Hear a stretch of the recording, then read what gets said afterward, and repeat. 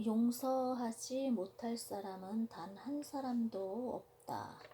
사람은 모두가 죄인이다.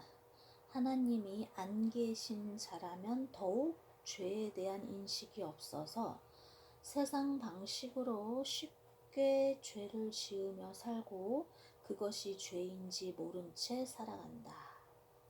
그들이 죄를 범하는 것은 죄를 모르기 때문에 세상 문화의 흐름을 따라서 모르고 죄를 짓는 경우가 많다. 우리 역시 하나님을 만나기 전까지는 그렇게 살아왔다. 그러나 하나님을 알고부터 죄가 무엇인지 알게 되어 간다. 죄는 우리의 생각으로부터 나오기 때문에 우리의 생각을 버려야만 죄를 멀리할 수 있다.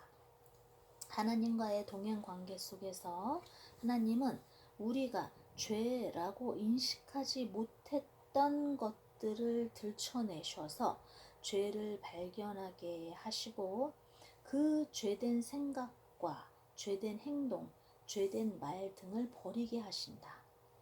우리의 내면을 깊이 감찰하시는 하나님은 우리 마음속 깊은 곳에 교만 때문에 자신을 높이기 위해 죄를 범하는 경우가 많음을 우리는 하나님이 알려주셔서 알게 되는 경우가 많다.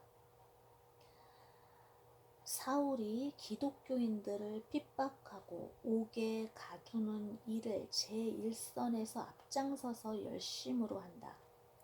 그 바울의 마음속 깊은 곳엔 뭐가 있을까? 사람들에게 잘 보이고 싶은, 자신이 하나님 앞에서 가장 열심이고 순종하는 자라는 걸 드러내 보이고 싶어 그럴 수 있다. 자신이 그렇게 함으로써 자신에게 돌아오는 어떤 유익들을 생각하며 그런 일들에 열중할 수도 있다. 우리가 하는 수많은 행동들 중에는 이처럼 바울이 그리스도를 만나기 이전에 하던 그런 행동들을 많이 한다. 교회에서뿐 아니라 가정에서 자녀를, 배우자를 대할 때도 자신을 높이기 위해 그렇게 하기도 한다. 직장에서도 그런 경우가 많다. 이 모든 행동은 상대방의 유익을 위함이 아닌 자신을 높이고자 하는 자기 유익이 동기인 경우가 많다. 상대방에게 상처를 주게 되고 관계가 끊어져 버리게 된다. 용서 못할 사람은 단 한 사람도 없다. 나 자신이 하나님 앞에 이러한 모든 모습이 다 드러날 때 다른 사람의 죄된 행동 역시 내가 했던 행동들이었음을 발견하게 된다. 그러므로 용서받지 못할 사람은 없다. 상대방을 용서하자. 그가 무슨 일을, 무슨 죄를 저지르는지 모르고 하고 있기 때문이다. 나 역시 그러한 행동을 하며 살아왔고 회개하고 돌아와 그 행동을 하지는 않는다. 하지만 하나님이 또 드러내 주시면 나는 또 나의 마음의 동기가 삐뚤어진 나의 말과 행동 등이 있음을 발견하고는 또다시 하나님 앞에 이것을 버리는 것을 하게 된다. 사람은 누구나 육신적인 죄된 옛습성이 있고 그것을 가지고 정죄할 것이 아니라 용서할 수 있어야 한다. 네, 제가 회사 안에서 이러한 경험을 한 적이 있어요. 그래서 제가 이 바울처럼 사울처럼 막 했던 거예요. 겉으로 나는 그랬죠. 저는 어떻게 그런 걸 할 수 있냐. 그건 말도 안 된다. 그러면서 되게 내가 어떻게 보면 내가 되게 바르게 행동하고 생활하고 있다고 어떤 그런 나를 좀 드러내 보이고 싶었는지 그렇게 하고 있더라고요. 그런데 하나님께서 제가 그 행동을 하고 딱 뒤돌아섰을 때 딱 주신 마음은 1만 달란트 빚진 자라는 마음을 강하게 주셨어요. 그 마음을 강하게 주셨을 때 저는 알았죠. 그 내용을 아니까. 1만 달란트라는 어마무시한 돈, 그 돈은 절대로 갚을 수 없는 어마무시한 빚이거든요. 그 빚진 자가, 그 수많은 죄악을 저지른 그 자가 절대로 용서함을 받을 수 없을 만큼의 엄청난 죄악들을 범한 자가 하나님 앞에서 그 죄악들을 다 용서함을 받았어요. 그러니까 죄가 사면이 됐어요. 어느 누구도 이 사람을 정죄하지 않아요. 죄가 사면이 된 자입니다.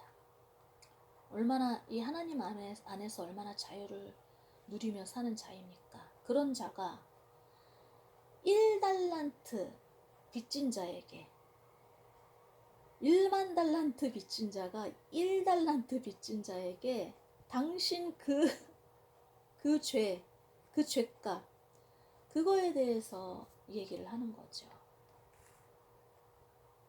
그래서 제가 마음을 고쳐먹었죠. 그때 모든 것을 다 내리고 그것에 대해서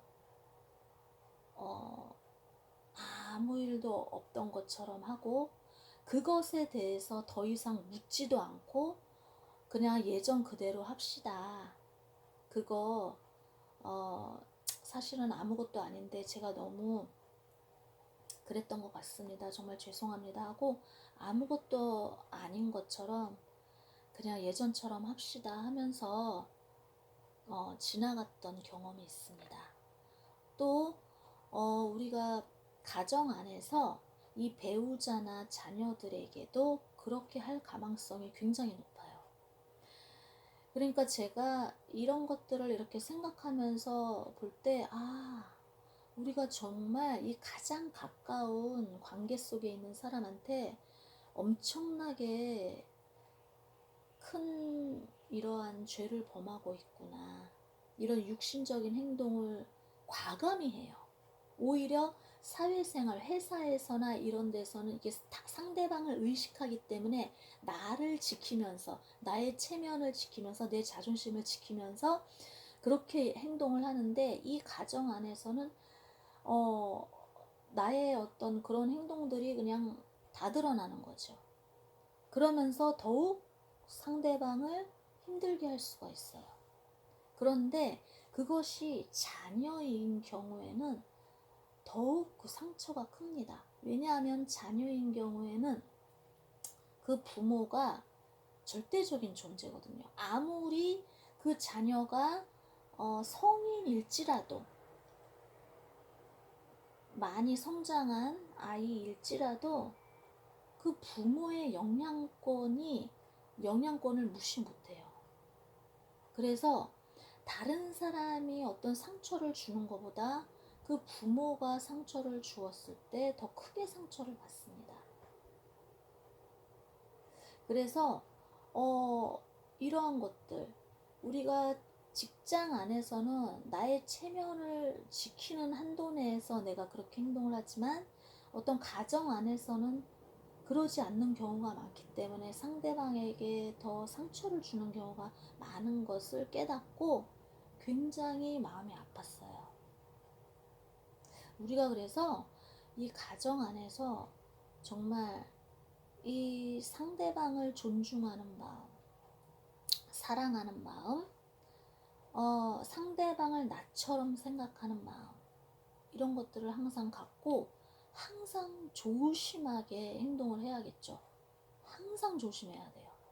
이 관계라는 것은 지키는 것, 유지하는 것이 되게 중요하기 때문에 항상 조심해야 돼요. 항상 유리 위를 내가 걸어가듯이 항상 조심해야 하는 것입니다. 관계는. 항상 상대방을 존중하고 항상 상대방을 사랑하고 항상 상대방을 나처럼 생각하고 행동하고 말하고 생각하고 해야 할 것입니다. 오늘은 여기까지 하겠습니다.